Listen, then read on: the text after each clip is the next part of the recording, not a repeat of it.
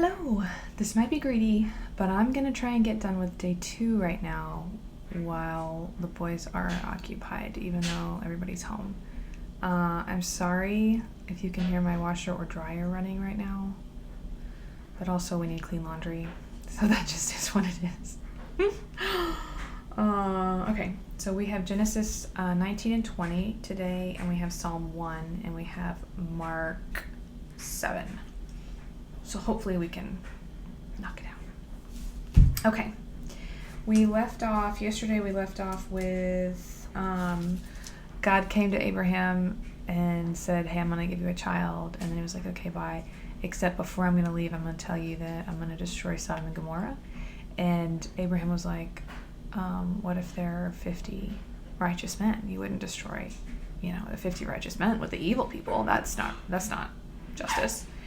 And God was like, okay, if I find 50, then I won't destroy it. And I feel like when I'm reading it, what I'm seeing is Abraham going, oh, shoot, I don't think God would say that if he didn't already know that there are not 50 righteous men. So he kept lowering it, like, well, what if there's 45? And God was like, okay, fine, 45. He was like, dang, okay, what about 40? What about 30? What about 20? What about 10? And I think at 10, he was like, okay, if there's literally not 10, then I don't have an argument. So they left it at 10. And we're about to pick up there. So, chapter 19. Now the 2 angels came to Sodom in the evening, and Lot was sitting in the gate of Sodom. When Lot saw them, he rose to meet them, and he bowed himself with his face toward the ground. And he said, Hear now, my lords, please turn in to your servant's house and spend the night and wash your feet when you may rise early and go on your way. And they said, No, but we will spend the night in the open square. But he insisted strongly. So they turned in to him and entered his house. Then he made them a feast and baked unleavened bread, and they ate. Now before they lay down, the men of the city, the men of Sodom, both old and young, all of the people from every quarter, surrounded the house. And they called to Lot and said to him, Where are the men who came to you tonight? Bring them out to us, that we may know them carnally. I think that means sleep with them. That's what I've been taught anyways. So Lot went out to them through the doorway, shut the door behind him, and said, Please, my brethren, do not do wickedly. See now, I have 2 daughters who have not known a man. Please let me bring them out to you, and you may do to them as you wish. Only do nothing to these men, since this is the reason they have come under the shadow of my roof.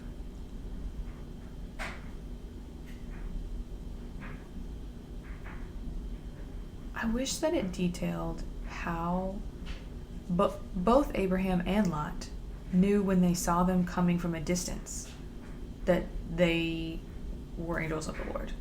That they did not include that in the story.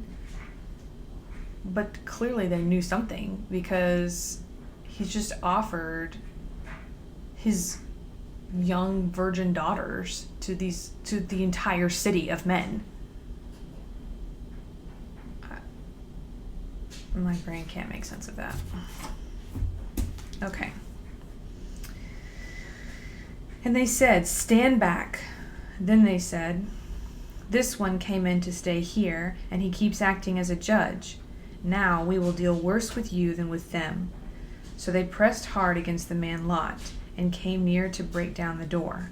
But the men reached out their hands and pulled Lot into the house with them and shut the door. And they struck the men who were there at the door, at the doorway of the house, with blindness, both small and great, so that they became weary trying to find the door. Then the men said to Lot, Have you anyone else here? Son-in-law, your sons, your daughters, and whomever you have in the city, take them out of this place. For we will destroy this place, because the outcry against them has grown great before the face of the Lord, and the Lord has sent us to destroy it. That's really interesting. First of all, that the Lord sent angels to check on the city based on the outcry that hit. So he's hearing outcry against the city, but he's not seeing the city. Like he's not aware of what's happening in the city from where he's at. That's different than my understanding. That's interesting. So Lot went out and spoke to his sons-in-law, who had married his daughters, and said, "Get up and get out of this place, for the Lord will destroy the city." But to his sons-in-law he seemed to be joking. When the morning dawned, the angels urged Lot to hurry, saying, "Arise, take your wife and your 2 daughters who are here, lest you be consumed in the punishment of the city." And while they lingered, the men took hold of his hand, his wife's hand, and the hands of his 2 daughters, the Lord being merciful to him, and they brought him out and set him outside the city. So it came to pass, when they had brought them outside, he said, "Escape for your life. Do not look behind, nor stay anywhere in the plain. Escape to the mountains, lest you be destroyed." Then Lot said to them, "Please, no, my lords, indeed now your servant has found favor in your sight, and you have increased your mercy, which you have shown me by saving my life. But I cannot escape to the mountains, lest some evil overtake me and I die. See now, this city is near enough to flee to, and it is a little one. Please let me escape there. Is it not a little one? And my soul shall live." And he said to him, "See, I have favored you concerning this thing also, in that I will not overthrow this city for which you have spoken. Hurry and escape there, for I cannot do anything until you arrive there." Therefore the name of the city was called Zor. The sun had risen upon the earth when Lot entered Zor, when the Lord rained brimstone and fire on Sodom and Gomorrah from the Lord out of the heavens. So he overthrew those cities, all the plain, all of the inhabitants of the city, and what grew on the ground. But his wife looked back behind him, and she became a pillar of salt. And Adam went early in the morning to the place where he had stood before the Lord. Then he looked toward the Sodom and Gomorrah, and toward all of the land of the plain. And he saw, and behold, the smoke of the land went up like the smoke of a furnace. And it came to pass, when God destroyed the cities of the plain, that God remembered Abraham and sent Lot out of the midst of the overthrow, when he overthrew the cities in which Lot had dwelt. Then Lot went up to Zor and dwelt in the mountains, and his 2 daughters were with him, for he was afraid to dwell in Zor. And he and his 2 daughters dwelt in a cave. Now the firstborn said to the younger, "Our father is old, and there is no man on earth to come in to us, as is this custom of all the earth. Come, let us make our father drink wine, and he will lie with him, and we will lie with him, that we may preserve the lineage of our father." So they made their father drink wine that night, and the firstborn went in and lay with her father, and he did not know when she lay down or when she arose. It happened on the next day that the firstborn said to the younger, "Indeed, I lay with my father last night, lest us make him drink wine tonight also, and you go in and lie with him, that we may preserve the lineage of our father." Then they made their father drink wine that night also, and the younger arose and lay with him, and he did not know when she lay down or when she arose. Thus both the daughters of Lot were with child by their father. The firstborn bore a son and called his name Moab. He said, "He is the father of the Moabites to this day."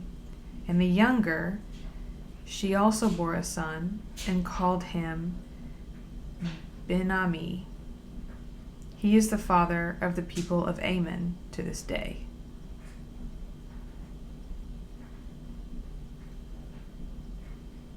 What? All of that.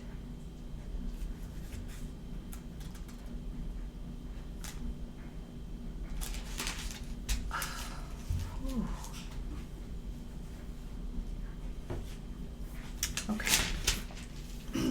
Chapter 20. And Abraham journeyed from there to the south and dwelt between Kadesh and Shur, and stayed in Gerar. Now Abraham said of Sarah his wife, "She is my sister."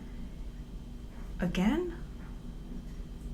And Abimelech, king of Gerar, sent and took Sarah. And God came to Abimelech in a dream by night and said to him, "Indeed, you are a dead man because of the woman whom you have taken, for she is a man's wife." But Abimelech had not come near her, and he said, "Lord, will you slay a righteous nation also? Did he not say to me, 'She is my sister'?" And she even herself said, "He is my brother. In the integrity of the heart and innocence of my hands I have done this."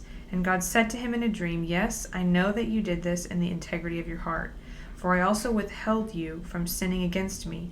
Therefore I did not let you touch her. Now therefore restore the man's wife, for he is a prophet, and he will pray for you, and you shall live. But if you do not restore her, know that you shall surely die, you and all who are yours."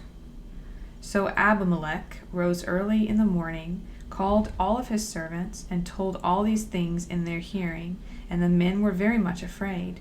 And Abimelech called Abraham and said to him, "What have you done to us? How have I offended you, that you have brought on me and my kingdom a great sin? You have done deeds to me that ought not be done." Then Abimelech said to Abraham, What did you have in view that you have done this thing?" And Abraham said, "Because I thought, surely the fear of the Lord is not in this place, and they will kill me on account of my wife. But indeed she is truly my sister. She is the daughter of my father, but not the daughter of my mother, and she became my wife. And it came to pass, when God caused me to wander from my father's house, that I said to her, 'This is your kindness that you shall do for me. In every place, wherever we go, say to me, He is my brother.'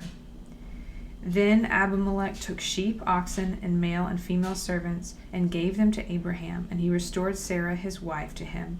And Abimelech said, 'See, my land is before you, dwell where it pleases you.' Then to Sarah he said, 'Behold, I have given your brother 1,000 pieces of silver. Indeed, this vindicates you before all who are with you and before everybody.' Thus she was rebuked.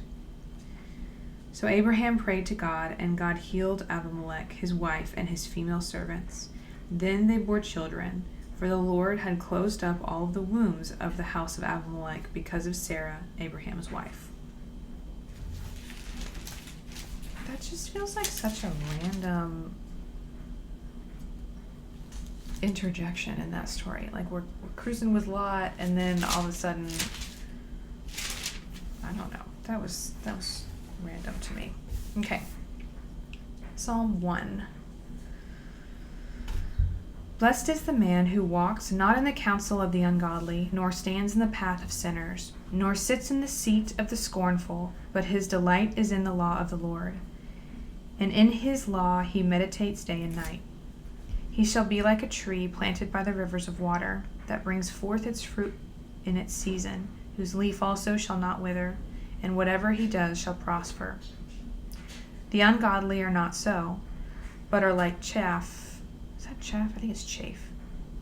I actually don't know. I'll have to look it up. Which the wind drives away. Therefore the ungodly shall not stand in the judgment, nor sinners in the congregation of the righteous. For the Lord knows the way of the righteous, but the way of the ungodly shall perish. That's one of my favorite verses, actually. He shall be like a tree planted by the rivers of water, that brings forth its fruit and in its season. In its season.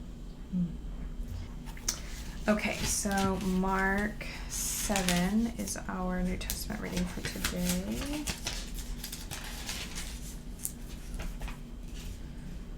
Let's do that, make sure we're good there. Okay. Then the Pharisees and some of the scribes came together to him, having come from Jerusalem. Now when they saw some of his disciples eat bread with defiled that is, with unwashed hands, they found fault. For the Pharisees and all the Jews do not eat unless they wash their hands in a special way, holding the tradition of the elders. When they come from the marketplace, they do not eat unless they wash. And there are many other things which they have received and hold, like the washing of cups, pitchers, copper vessels, and couches.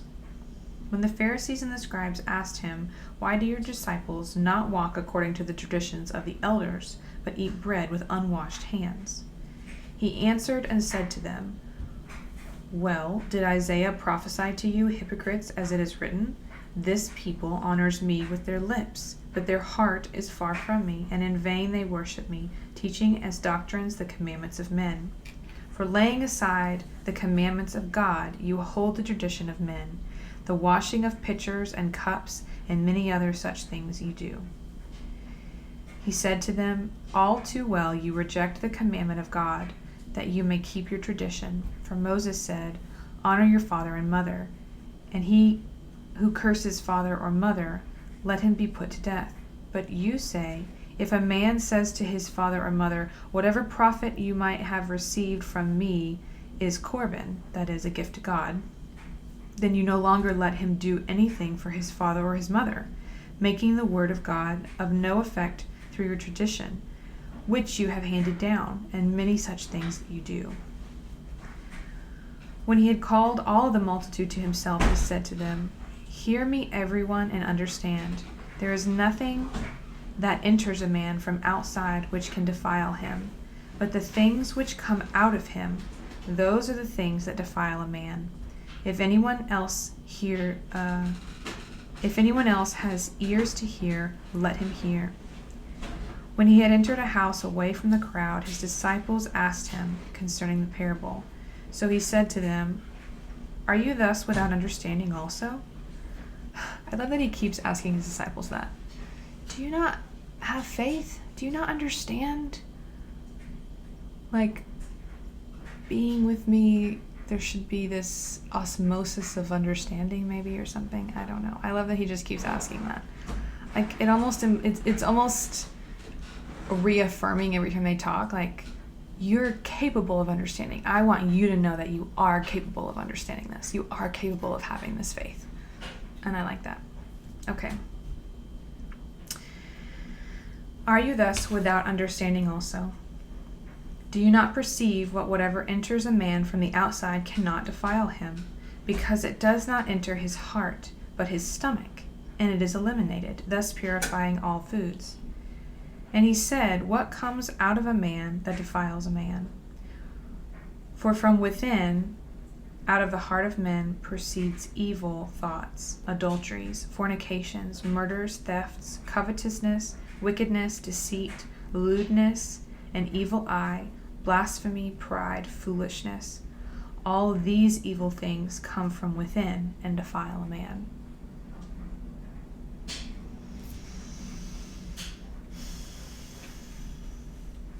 From there he arose and went to the region of Tyre, in Sidon. And he entered a house and wanted no one to know it, but he could not be hidden. For a woman whose young daughter had an unclean spirit heard about him, and she came and fell at his feet. The woman was a Greek, a Syrophoenician by birth, and she kept asking him to cast the demon out of her daughter. But Jesus said to her, "Let the children be filled first, for it is not good to take the children's bread and throw it to the little dogs." What? Let the children be filled first, for it is not good to take the children's bread and throw it to the little dogs. Okay, I'm going to keep reading and see if that makes sense. And she answered and said to him, "Yes, Lord, yet even the little dogs under the table eat from the children's crumbs." Then he said to her, "For this saying, go your way. The demon has gone out of your daughter." What? And when she had come to her house, she found the demon gone out and her daughter lying on the bed. Okay. Again, departing from the region of Tyre. Okay, is anybody noticing how like common and frequent it is to be demon possessed? Does that answer so many things, but we don't acknowledge that as like a legit thing anymore? Is that actually what's going on in a lot of, I don't know. Okay. Again, departing from the region of Tyre and Sidon, he came through the midst of the region of Decapolis. That's where the demon-possessed guy that was like cutting himself with rocks, that's where he was. He came to the midst of the region of Decapolis, to the Sea of Galilee. Then they brought to him one who was deaf and had an impediment in his speech, and they begged him to put his hand on him. And he took him aside from the multitude and put his fingers in his ears. And he spat and touched his tongue. Ew. Then, looking up to heaven, he sighed and said to him, Epaphatha, that is, be opened. Oh. Immediately his ears were opened, and the impediment of his tongue was loosed, and he spoke plainly. Then he commanded them that they should tell no one. But the more he commanded them, the more widely they proclaimed it. And they were astonished beyond measure, saying, He has done all things well. He makes both the deaf hear and the mute speak. I like that. So that's week 2, day 2. Done in the books. Have a great Tuesday.